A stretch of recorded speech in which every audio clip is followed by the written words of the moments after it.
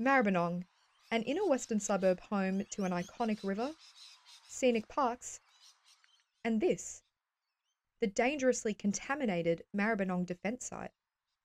Used for weapons testing in World War II, the 128-hectare lot was abandoned in 2006 but never properly cleaned up. The federal Labor government said they'd redevelop it for 3,000 homes in 2010. 7 years later, Scott Morrison doubled that figure.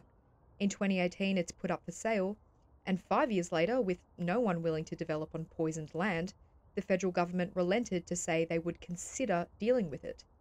And now Victorian Liberal leader John Pesutto is weighing in. It would be deeply frustrating for people in the immediate vicinity of the parcel of land, but also more generally for the state. We desperately need more housing, and certainly if I were the Premier, I'd be pushing very hard to expedite that process.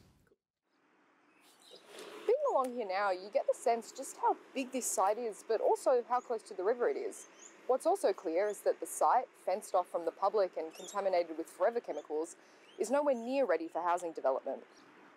It's a sentiment housing advocates agree with. The reality is that the scale of remediation that needs to be done on the Maribyrnong site before we can even think about putting housing there is pretty astronomical. We can talk about these high-cost remediation sites like Maribyrnong, or we can focus on where the big gains are to be made rather than building on these blank slate sites.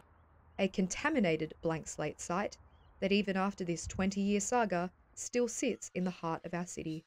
Bridget Clarke, RMIT, Newsline.